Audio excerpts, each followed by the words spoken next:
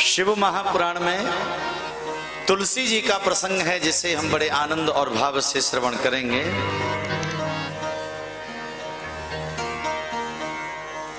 तुलसी मैया का पावन चरित्र है, जो कि बहुत ही दिव्य और श्रेष्ठ है। तुलसी की कितनी महिमा है और तुलसी जी की पूजा हम लोग क्यों करते हैं, तुलसी कौन है, इस पूरी कथा को हम इस प्रसंग के द्वारा जानने का प्रयास करेंगे। महाराज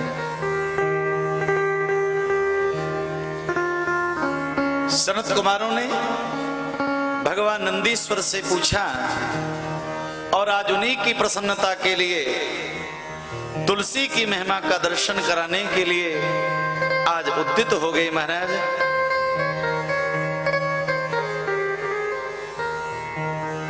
वर्णन करने लगे। महाराज एक संगचूड़ नाम का दैत्य हुआ। आज बहुत ही आनंद की कथा है। आपने देखा होगा पूजा में एक शंख भी होता है, शालिग्राम जी होते हैं और तुलसी जी की हम पूजा करते हैं, वही प्रसंग है ये। शंख चूड़ा बिदो बीरो दानवो देव कंटकः थोड़ी बढ़ाएगा। यथा शिवेन निहतो रणमूर्धि त्रिशूलता। वर्णन करने लगे महाराज, एक शंखचूड़ नाम का एक बड़ा महादैत्य हुआ और उसकी पत्नी का नाम था वृंदा देवी। जो वृंदा देवी थी वो परम पतिव्रता, धर्मपरायणा, पतिपरायणा, भगवत भक्ता थी। महाराज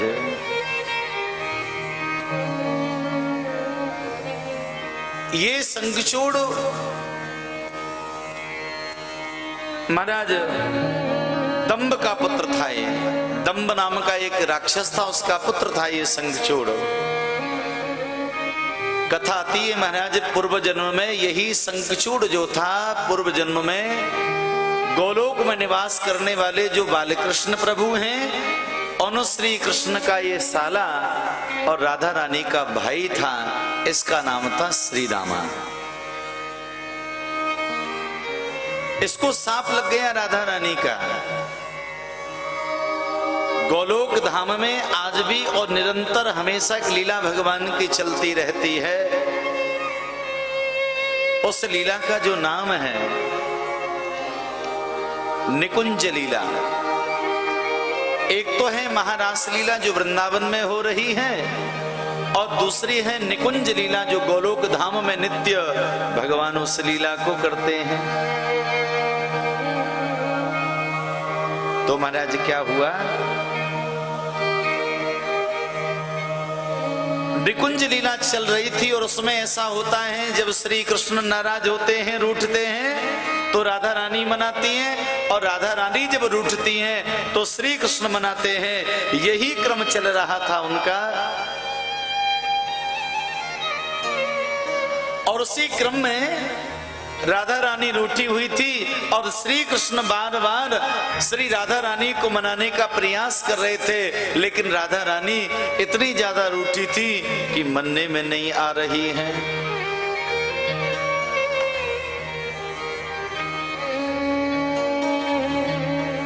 सुदामा नाम गोपोयो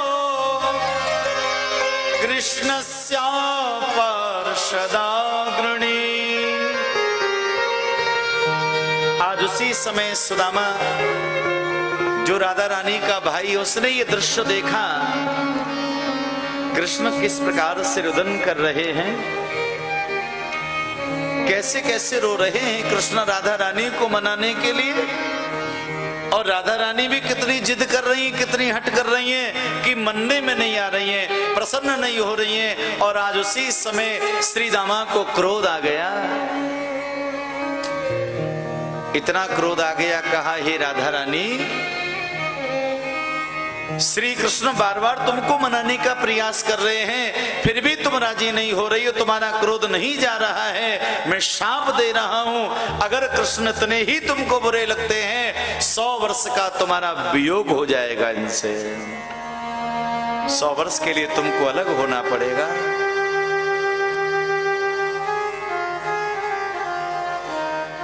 तुरंत राधा रानी ने कहा, भैया ये तुमने क्या किया? अरे हमारी तो लीला चल रही थी और उस लीला में तुमने इतना बड़ा सांप दे दिया, जिस प्यारे प्राणतियम के बिना एक क्षण भी मैं नहीं रह सकती, उससे मुझे 100 वर्ष दूर रहना पड़ेगा। ये तुमने मुझे अनजाने में भूल से सांप दे दिया है, लेकिन मैं भी तुमको सांप दे रही हूं। तुम इस गोलोक में रहने के लायक नहीं हो, मेरा सांप है भैया, तुमको राक्षस बनना पड़ेगा। आज राधा रानी ने सांप दे दिया उस श्रीदामा को, और वही श्रीदामा संगचूड़ नाम का दैत्य बन गया है। लेकिन वर्णन आता है महाराज, दैत्य परिवार में जरूर इसका जन्म हुआ है, लेकिन भगवान के प्रति बड़ा प्रेम और बड़ी निष्ठा, भक्त है प्रभु का ये।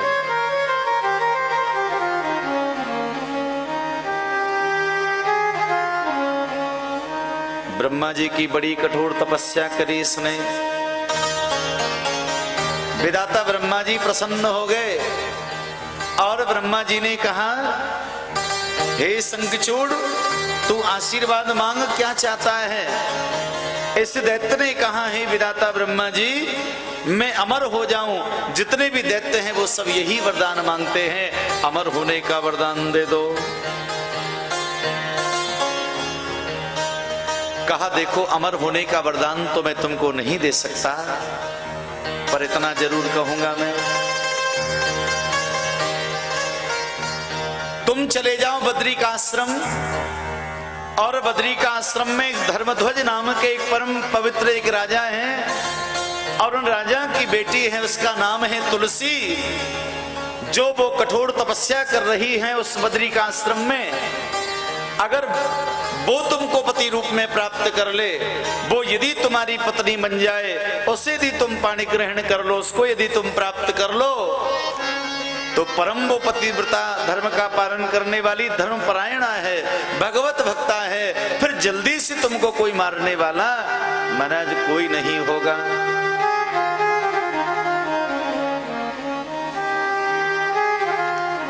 ये संगचूड़ नाम का दैत्य गया बदरी वन में। बदरी संप्रयाहि त्वं तुलसीयां सह तत्र वै। ये संगचूड़ नाम का दैत्य पहुंच गया बदरी का आश्रम में, और वहां उस देवी को महाराज, उस तुलसी को भगवान नारायण की आराधना करते हुए जब देखा, इसने बड़े विनम्र भाव से कहा, देवी तुम कौन हो और किस लिए यहाँ पर बैठ करके किसके ध्यान में बैठी हो?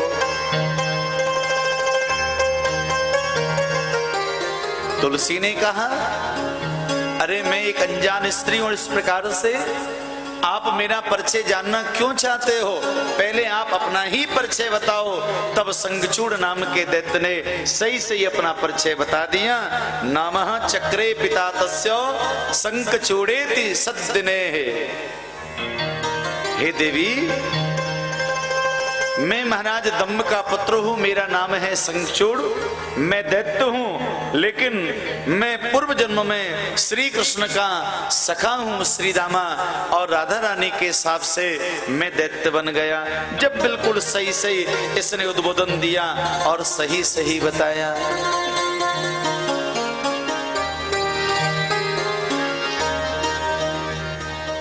तुलसी ने कहा, तुम चाहते क्या हो?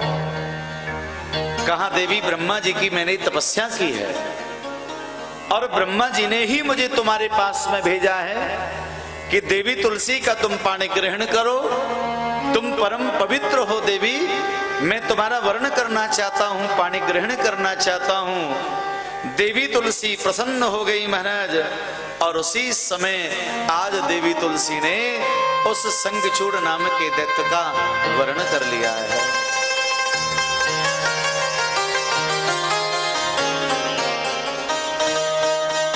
धर्मध्वज सुताहं च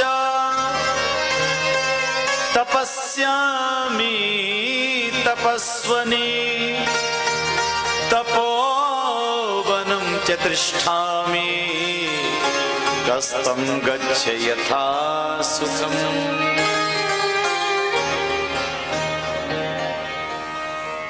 विधिवत इनका विवाह हो गया महाराज। उसी समय उस देवी तुलसी ने अखंड एक व्रत ले लिया है और उस व्रत का नाम है पातिव्रत। कठोर व्रत ले लिया, मैं पातिव्रत धर्म का पालन करूंगी, पतिव्रता बनकर के मैं अपने संपूर्ण जीवन को व्यतीत करूंगी, ऐसा व्रत देवी तुलसी ने प्राप्त कर लिया है। और महाराज भगवान श्री सुत जी महाराज वर्णन करने लगे। फिर इस संगचूड़ नाम के दैत्य ने भगवान नारायण की तपस्या करी और नारायण भगवान से प्रसन्न होकर के इसने कवच प्राप्त कर लिया है, जिसे कहते हैं नारायण कवच।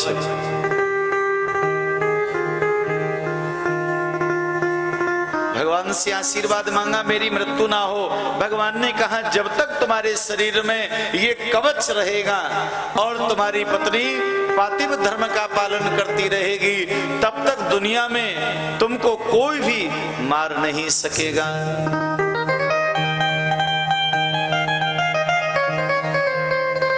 तो ध्यान ये रखना है कि अपने शरीर से कभी ये कवच अलग ना हो और तुम्हारी पत्नी का व्रत ना टूटे, ये ध्यान रखना है। वर्णन आता है महाराज जैसे कवच उसने धारण किया, कवच को पहन करके उसने यात्रा आरंभ कर दी और धीरे धीरे अनेक देवताओं को अपने बस में कर लिया है।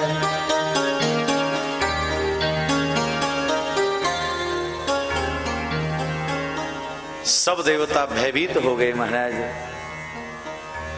सबने भगवान महादेव की स्तुति करी, प्रभु इसका उद्धार करो। शिवजी ने कहा भाई इसको मारना सहज नहीं है, बड़ा कठिन है।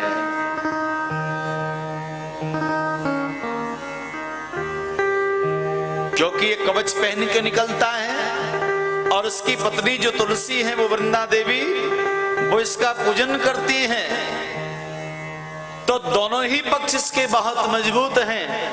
जब तक शरीर में कवच है और इसकी पत्नी का पातिव्रत है ये मरेगा नहीं।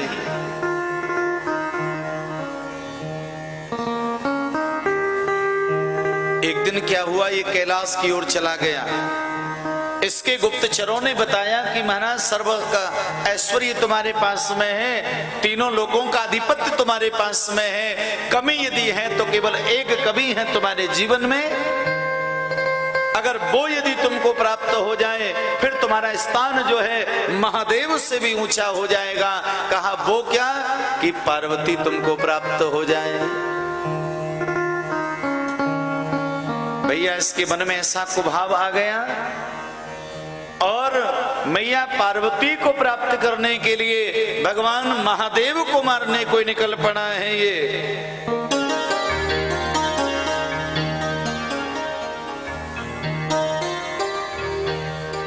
ऐसा वर्णन आता है शिव महापुराण में।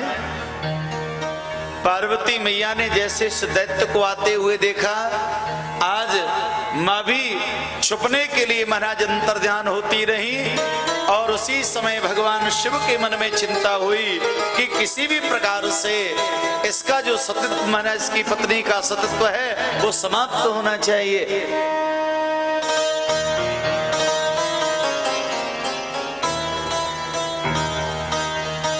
तो वर्णन आता है भगवान श्रीमन नारायण ने दो रूप धारण किए, एक ब्राह्मण का रूप बनाया और एक शंखचूड़ का रूप बनाया।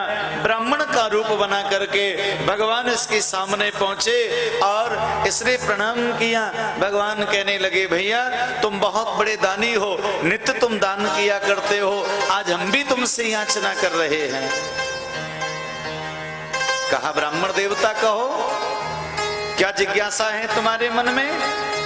कहा कि जो तुमने कवच धारण कर रखा है, इस नारायण कवच को हमें प्रदान कर दो, ये नारायण कवच हमें दे दो। तत्काल इसने नारायण कवच ब्राह्मण को दे दिया और वो श्रीमन नारायण थे।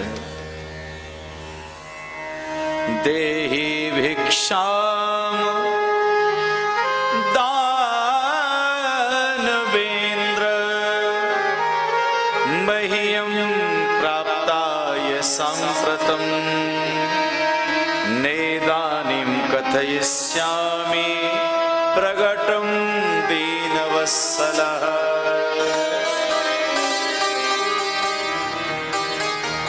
आज भगवान ने उसको आशीर्वाद दिया, महाराज दुनिया में तुम्हारा नाम हो जाएगा, इतने बड़े दानी हो। जो नारायण कवच तुमको रक्षा के लिए मिला था, उस नारायण कवच को भी आज तुमने मुझे प्रदान कर दिया है।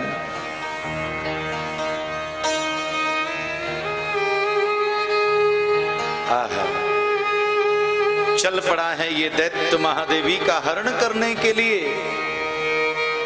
सब देवता इकट्ठे हुए, महाराज कैसे भी इस दैत्य को संहार किया जाए, महादेव इसका उद्धार करें।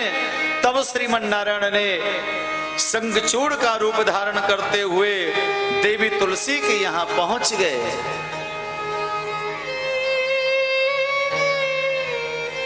तुलसी ने दर्शन किया और प्रणाम करके निवेदन करने लगी, पतिदेव अभी तुम युद्ध के लिए प्रस्थान करके गए थे, इतनी जल्दी से लौट करके कैसे आ गए? क्या युद्ध पूर्ण हो गया? क्या आज तुमने महादेव पर विजयश्री को प्राप्त कर लिया?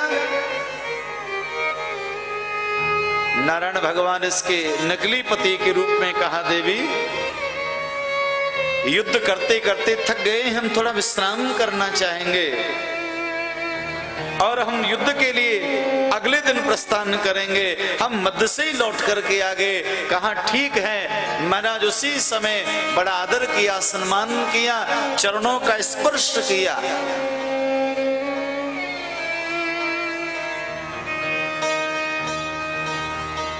जो महाराज पति जैसा आदर तुलसी देवी ने किया,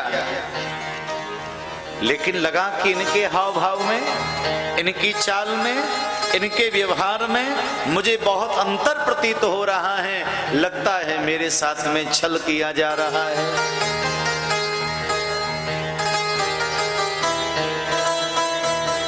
आज उसी समय देवी तुलसी बोल पड़ी, तुम कौन हो? कोवा तुम बदो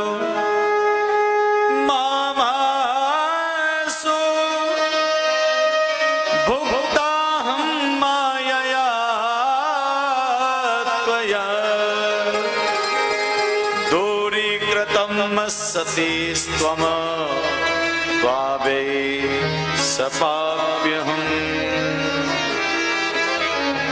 हे छलिया, कौन हो तुम? तुम्हारे हाव भाव से, तुम्हारी चाल से, तुम्हारी नीति से मुझे प्रतीत हो रहा है तुम मेरे पति नहीं हो। मेरे पति का रूप धारण करके मुझे छलने के लिए, मेरा सत समाप्त करने के लिए मेरे पास में आए हो, और आज तुमने मेरे भावों में विकृति पैदा कर दी है। सही सही बताओ तुम कौन हो, नहीं अभी सांप दे करके मैं तुम्हें भस्म कर देती हूं।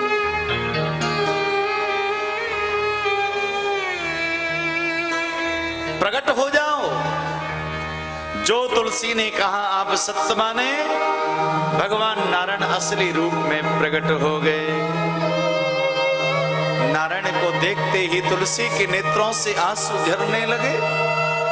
हे नारायण, तुम धर्म के देवता हो, पूरी दुनिया तुमसे धर्म का ज्ञान लेकर के धर्म के मार्ग पर चलती है, अनुसरण करती है, और आज तुमने मेरे साथ में इतना बड़ा धोखा किया है। मेरे जीवन में सतत्व का व्रत लिया था, मेरा सतत्व तुमने समाप्त कर दिया, और मुझे ऐसा प्रतीत हो रहा है उधर मेरे सौभाग्य की भी मृत्यु हो गई होगी।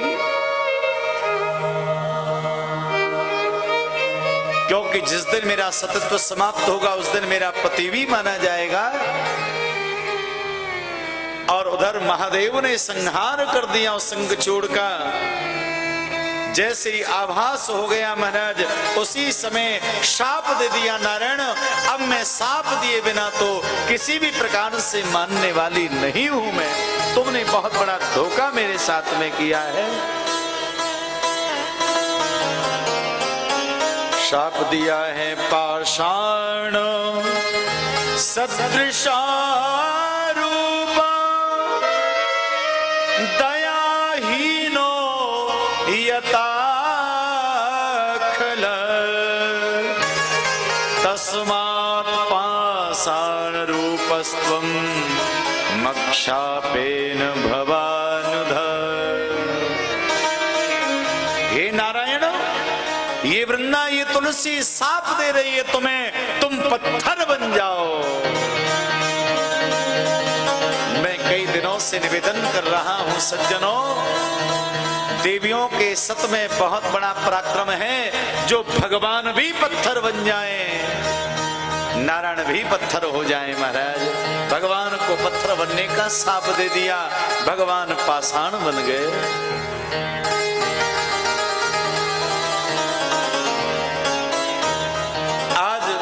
रोने लगी है महाराज वृंदा देवी, तुलसी रुदन करने लगी। और पत्थर बनने के बाद, सांप देने के बाद भी अभी सुख नहीं मिला। और अब कहा मैं समस्त देवताओं को शापित कर दूंगी मैं। देवता सब इकट्ठे हो गए महाराज, सब बारी बारी से देवताओं का आगमन हो गया। और कहा कि भाई तुलसी देवी के प्रकोप को रोका जाए, तुलसी देवी को रोका जाए। अगर समस्त देवताओं को शाप दे दिया अनिष्ट हो जाएगा। और आज उसी समय महाराज वर्णन करने लगे। उसी क्षण महाराज ब्रह्मा जी ने कहा, हे देवी तुलसी, तुम चिंता न करो, तुमको तुम्हारे जीवन में ये दोष मिला है, लेकिन ऐसा कुछ करेंगे जिससे तुमको जो दोष लगा है, लोग तुमको दोष की दृष्टि से नहीं, सब तुम्हारी पूजा करेंगे, तुम्हारा वंदन करेंगे।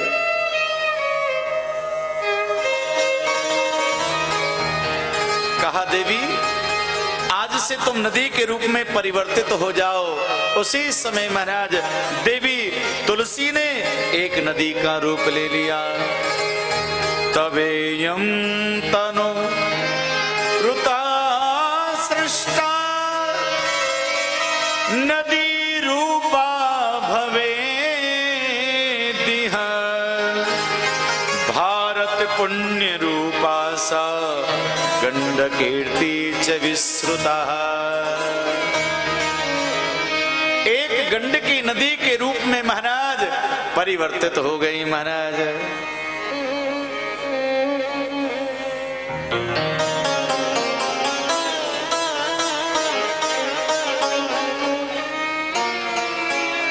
भगवत भक्ति के भैया हमारी कथा आयोजक के चारों स्तंभ इकट्ठे हो चुके हैं। जय हो। आदरणीय भैया नरेश जी खंडेलवाल, भैया राम बरूसी जी सिंघल, और हमारे सुभाष जी तनेजा, और भैया प्रवीण जी बंसल, चारों स्तंभ एक साथ में दर्शन, बहुत आनंद की अनुभूति हो रही है। भाव से बोलिए हर हर महादेव। तो उसी समय कहा कि तुम नदी के रूप में परिवर्तित हो जाओ। उसी समय आज देवी वृंदा वो तुलसी एक नदी के रूप में परिवर्तित हो गई, जो हमारे भारत में भारते पुण्य रूपा सा गंड कीर्ति सविश्रुता, एक गंडकी नदी के रूप में आज हमारे भारत में देवी वो नदी के रूप में परिवर्तित हो गई। कहा तुम बहोगी। और कहा देवी आज एक आशीर्वाद और हम आपको प्रदान कर रहे हैं। वृंदा देवी ने कहा मुझे अभी सुख नहीं मिला। कहा देवी आज से तुम एक वृक्ष का रूप धारण कर लेंगी, तुम जो स्वर्ग में, मृत्यु में और पाताल में जो दुर्लभ होगा, एक वृक्ष के रूप में तुम्हारा दर्शन होगा और वही तुम्हारा रूप होगा, वही नाम है तुलसी। स्वर्गे मर्ते च पाताले तिष्ठम तुम हरि सन्निधौ भव तुम तुलसी वृक्षो वराम पुष्पेषु सुंदरी है। एक तुलसी के वृक्ष के रूप में देवी तुम प्रकट हो जाओगी और स्वर्ग में रहोगी, पाताल में रहोगी, मृत्यु लोक में रहोगी। माना जितना भी ये समस्त ब्रह्मांड है वहां पर तुम्हारा दर्शन होगा। एक बहुत अच्छी बात मैं आपको बताऊं, तुलसी का पौधा ऐसा है जो हर काल में, हर वनस्पति में, हर ऋतु में और हर जगह पर ये महाराज उद्गम हो जाता है, ये लग जाता है। स्वर्ग में तुम रहोगी, पाताल में, मृत्युलोक में तुम्हारा निवास होगा। और याद रखो देवी, अब प्रसन्न हो जाओ तुम। कहा अभी भी मुझे प्रसन्नता नहीं है। तब समस्त देवताओं ने नारायण से कहा, नारायण भगवान कहने लगे देवी एक आशीर्वाद मैं तुमको दे रहा हूं। तुमने मुझे पत्थर बनने का शाप दे दिया, मैं पत्थर बन करके तुम्हारी सन्निधि में रहूंगा, मैं शालिग्राम बन करके रहूंगा। और हे तुलसी, एक प्रार्थना और मैं कर रहा हूं, कितना भी भोग मेरे सामने आ जाएगा, हे देवी तुलसी, जब तक तुम मेरे भोग में नहीं आओगी मैं भूखा ही बैठा रहूंगा, मैं अन्न जल ग्रहण नहीं करूंगा, मैं पानी तक नहीं पीऊंगा। याद रखो भैया, नारायण के भोग में जब तक तुलसी पत्र नहीं पधराई जाए, तुलसी पत्र ना रखा जाए, तब तक भगवान ना तो जल पीते हैं ना भगवान भोजन करते हैं, प्रसाद लेते हैं।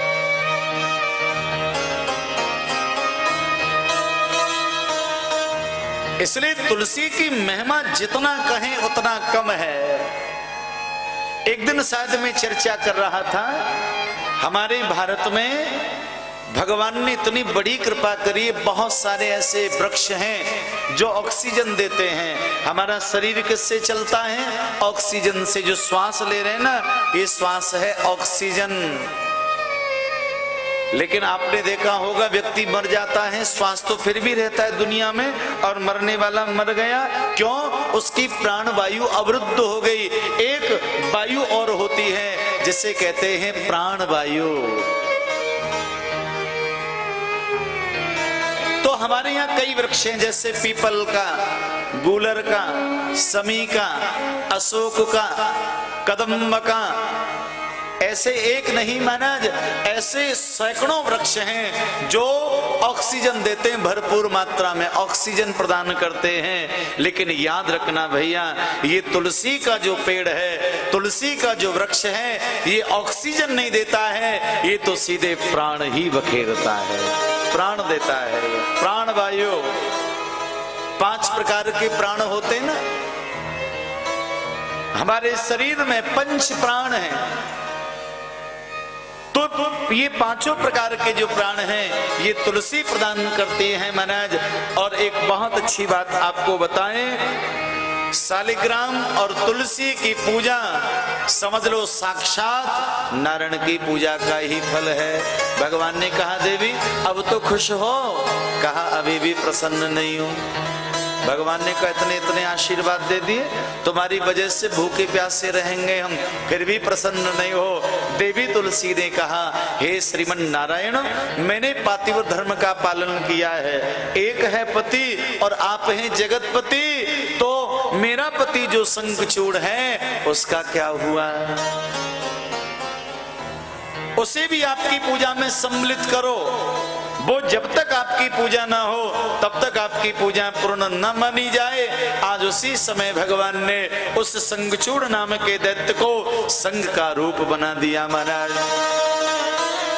तो आपने देखा होगा भगवान की पूजा में जो शंख होता है, ये शंख भी अति आवश्यक है। लिखा है भार्याहीनो भवेत रोगी, रोगी सा तज्जन्मसो हो, बढ़िया कैसा भी रोग व्यक्ति के जीवन में हो, शंख का जल और भगवान शालिग्राम को स्नान करा के प्राप्त किया जल और उसमें तुलसी दल अगर कोई व्यक्ति लेता है, व्यक्ति के जीवन में रोग सब समाप्त हो जाते हैं, आरोग्य जीवन में प्राप्त हो जाता है।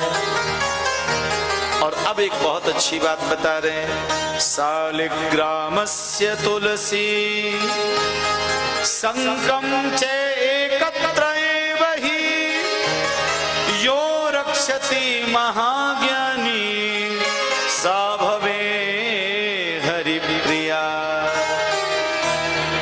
तीन चीजें जिस घर में बैठी हैं भैया, तुलसी का वृक्ष हम पौधा कह देते, लेकिन भागवत में शिव महापुराण में तुलसी वृक्ष का नाम है। तो जिस घर परिवार में तुलसी का वृक्ष और गंडकी नदी के शालिग्राम जी और दाहिना शंख, ये तीन चीज जहां पर विराजमान रहती हैं, उस घर में किसी चीज की कमी नहीं रहती, उस परिवार से किसी की अकाल मृत्यु नहीं होती और उस परिवार में भगवान के पार्षद 24 घंटे ही रहते हैं। हाँ भैया, शंख दाहिना, शंख दो प्रकार के होते हैं, दाहिना और बायां कैसे होता है? शंख जब आप हाथ में लेंगे तो दाहिना, मैंने बताया ना दाल रोटी जिससे खावे वो दाहिना हाथ हो गया। तो दाहिने हाथ की 4 उंगली जहां पकड़ने में आपको सहूलियत हो, सुविधा हो, समझ लो ये दाहिना शंख है। और जो बाएं हाथ से पकड़ा जाए वो बायां शंख है।